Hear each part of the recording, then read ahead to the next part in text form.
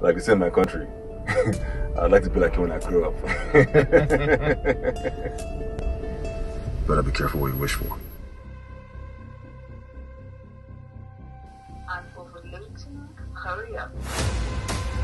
This ain't damn Africa, where you do whatever you want. This is America. We have rules and expectations. That's how we do it here. My dad's throwing a dinner for me. Can you come? And we are all here because we're happy to have you join the team.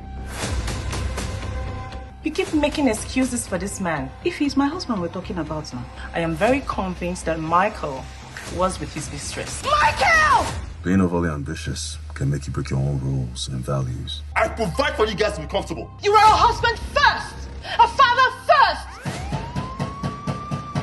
Hands behind your back! Behind your back! Damn it, Michael, I work hard on all of these deals, close it, and you want to go home and celebrate with her?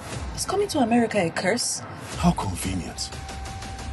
Coming to rip where you did not sow. Did you hear me? I said give him the phone, it is urgent. I'm afraid I cannot do that. Can you just give it? Goodbye. What? Now, you see that Michael, your husband, he's a very selfish man. What happened last night? What do you mean by what happened last night?